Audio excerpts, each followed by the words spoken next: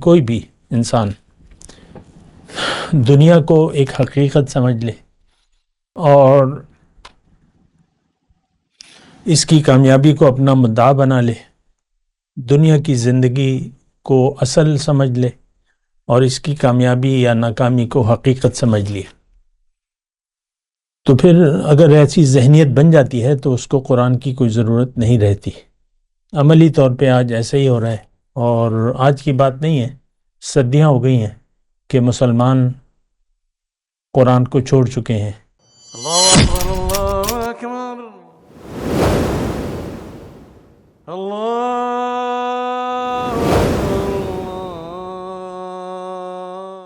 اعوذ باللہ من الشیطان الرجیم، بسم اللہ الرحمن الرحیم۔ اللہم صلی علی سیدنا محمد معدن الجود والکرم وآلہ وسلم۔ سامعین و ناظرین اکرام، السلام علیکم ورحمۃ اللہ وبرکاتہ۔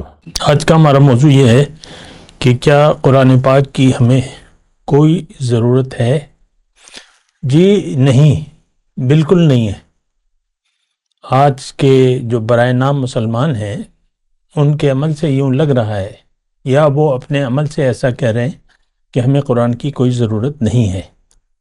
ہاں، اگر ضرورت ہے تو وہ ناظرہ تلاوت کے لیے یا تراویح میں قرآن پڑھنے کے لیے، اور دیگر ہمیں قرآن آپ کو یعنی جو صورتحال ہے وہ یہی ہے کہ ہم قرآن سے بے نیاز ہو کر، بے پرواہ ہو کر زندگی گزار رہے ہیں، اور یہ ایک انتہائی خطرناک بات ہے۔ یعنی قرآن سے بے نیاز ہو جانا اور اس کی ہدایت سے بے نیاز ہو جانا ایک بہت ہی خطرناک رویہ ہے۔ دراصل یہ رویہ اس وقت پیدا ہوتا ہے کہ آپ یعنی کوئی بھی انسان دنیا کو ایک حقیقت سمجھ لے اور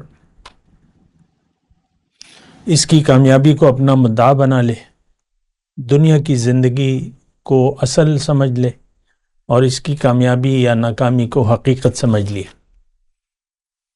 تو پھر اگر ایسی ذہنیت بن جاتی ہے تو اس کو قرآن کی کوئی ضرورت نہیں رہتی۔ عملی طور پہ آج ایسا ہی ہو رہا ہے، اور آج کی بات نہیں ہے، صدیاں ہو گئی ہیں کہ مسلمان قرآن کو چھوڑ چکے ہیں۔ قرآن کی ہمارے لیے کوئی اہمیت ہے نہیں بطور کتاب ہدایت۔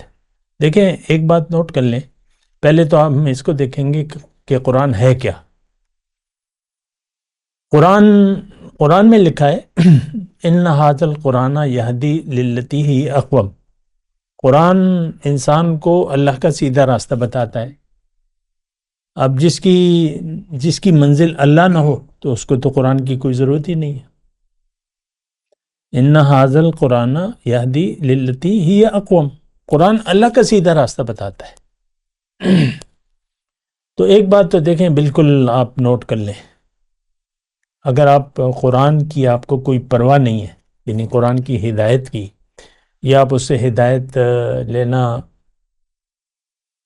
لینے کی ضرورت نہیں محسوس کرتے، تو پھر یہ ہے کہ اس کا مطلب یہ ہے کہ آپ کی نظر میں دنیا کی زندگی اہم ہے، اور بس،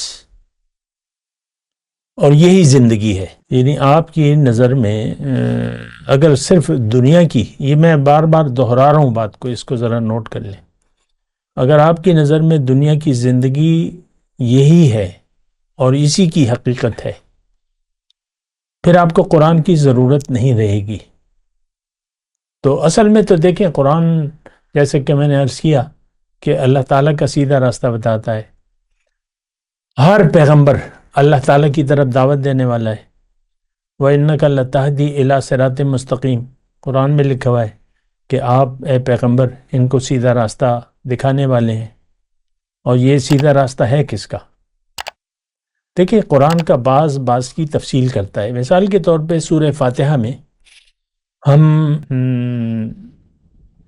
دعا مانگتے ہیں اللہ تعالیٰ سے کہ اللہ تعالیٰ تو ہمیں سیدھا راستہ بتا، لیکن وہاں پر یہ نہیں ہے کہ یہ راستہ ہے کس کا، یہ راستہ ہے کس کا۔ طریقہ تو بتایا گیا ہے کہ جس طریقے پر جو آپ کے انعام یافتہ لوگ ہیں وہ چلے، اور ان لوگوں کا طریقہ مت بتا جس پر تیرا غضب ہوا یا جو گمراہ ہو گئے۔ یہ نہیں ہے کہ یہ راستہ ہے کس کا، تو یہ بات تو دوسری جگہ ہے قرآن میں۔ اور دیکھیں، اگر تھوڑا سا بھی اگر ہم سوچ و بچار سے کام لیں تو اس میں تو کوئی سوال ہی نہیں ہے دوسرا۔ ہر راستے کی ایک انتہا ہوتی ہے، ہر راستہ ایک مقام کی طرف جاتا ہے۔ دنیا میں راستہ دیکھ لیں، کوئی بھی راستہ ہو، تو ہر راستہ ایک منزل کے لیے بنایا جاتا ہے، اور ہر راستے کی ایک انتہا ہوتی ہے، ایک منزل ہوتی ہے۔ عام سی بات ہے، یہ پشاور کا راستہ ہے، پنڈی کا راستہ ہے، یہ سوات کا راستہ ہے، یہ مردان کا راستہ ہے، یہ نوشیرہ کا راستہ ہے۔ آپ کے گھر تک کون سا راستہ جاتا ہے یہ بھی آپ کو معلوم ہے۔ بچوں کو، چھوٹے بچوں کو اپنے گھر کا، جو چھوٹے ہوتے ہیں اور وہ بڑے ہونے لگتے ہیں تو ان کو گھر کا راستہ بتایا جاتا ہے، باپ لے جاتا ہے، بازار لے جاتا ہے، 2-3 مرتبہ گھر لاتا ہے، لے جاتا ہے تاکہ اس کو راستہ معلوم ہو جائے اپنے گھر کا۔ تو دیکھیں، یہ بالکل سادہ سی بات ہے کہ بغیر منزل کے کوئی راستے کا وجود کوئی معنی نہیں رکھتا۔ بغیر منزل کے کوئی بھی راستہ کوئی معنی نہیں رکھتا۔ ایک عام سادہ سی بات ہے۔ اصل میں یہ مسئلہ ایسا ہے کہ جتنا بھی آپ اس پر بات کرو آج کے معاشرے کے سامنے تو وہ بے سود ہے، بے فائدہ ہے، کیونکہ ہمیں ضرورت ہی نہیں محسوس ہوتی۔ ہم نے ایک منزل کا تعین کر لیا ہے، پوری دنیا نے، اور اس میں سر فہرست مسلمان امت ہے۔ ہم نے ایک منزل کا تعین کر لیا ہے، اور وہ ہے دنیا، اور دنیا کا راستہ ہمیں پھر پتہ ہے، اور ہم دلچسپی رکھتے ہیں۔ بچے جو ہیں سکوپ ڈھونڈتے ہیں، ڈگریوں کا سکوپ ڈھونڈ رہے ہیں، کون سا سکوپ ہے، کہاں جاؤں، کیا کروں، 100 مرتبہ وہ سوچتے ہیں، مشورے کرتے ہیں کون سے ڈگری کے راستے پر اس کو چلاؤں۔ عام ایک وہ ہے تصور ہے۔ تو بچپن ہی سے آپ تعین کر لیتے ہیں والدین اکثر، پھر بچے بھی اپنے عمر کے حساب سے۔ تو ہمارا ایک جاننے والا تھا، وہ ابھی بھی ہے، ایک لڑکا چھوٹا ہماری فیملی میں، تو وہ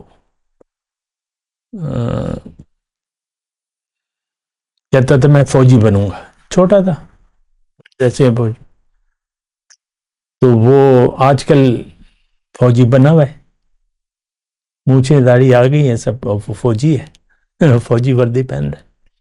تو یہ بچپن ہی سے ایسا ہوتا ہے کہ ہم بچے کے ذہن میں بٹھاتے ہیں کہ تم نے دنیا کی منزل بنانی ہے، دنیا کے بارے میں سوچنا ہے۔ تو میں خود جب چھوٹا تھا 7-8 سال کا، تو میرے سامنے بس دنیا ہی آئیڈیل تھی، بس 7-8 سال کا بچہ کیا ہوگا، دنیا آئیڈیل تھی، بس دنیا ہے۔ اسی طرح ہم سب کا حال۔ تو یہ دیکھیں، یہ سوچ ٹھیک ہے، ہمیں وراثت میں ملی ہے، لیکن جب عاقل بالغ ہو جاتا ہے انسان تو اس کو پتہ ہونا چاہیے کہ اس سے پوچھا جائے گا، یہ ذمہ دار ہے اور یہ خود مختار ہے۔ کوئی دوسری مخلوق کو کوئی اختیار نہیں ہے، چاہے وہ ایک چونٹی ہو یا ایک ہاتھی ہو، کسی کو اختیار نہیں ہے۔ سب لوگ مجبور، سب مخلوقات مجبور، سورج، چاند، کائنات، سب، ہر ایک چیز جو ہے مجبور ہے، اور بس وہ اپنے قانون کے تحت کل قد علم صلاتہ و تسبیح، ہر ایک مخلوق اپنا کام بھی جانتی ہے، مقصد بھی جانتی ہے، وہ کام کر رہی ہے۔ شہد کی مکھی کو پتہ ہے کہ بس میرا کام تو ایک ہی ہے، مثال کے طور پہ، تو وہ بس اللہ تعالیٰ کا نظام ہے۔ گائے بکری گھاس کھاتی ہے، اس سے دودھ بن جاتا ہے، یہ اللہ تعالیٰ کا نظام ہے جو بھی ہے۔ دیکھیں، میں آپ کو بات کر رہا ہوں قرآن پاک کی، کہ قرآن پاک کی ہمیں کیا ضرورت ہے۔ بات کرتے ہیں ایک وقفے کے بعد۔ وآخر دعوانا ان الحمد للہ رب العالمین۔ مولاي صل وسلم دائما ابدا على حبيبك خير الخلق كلهم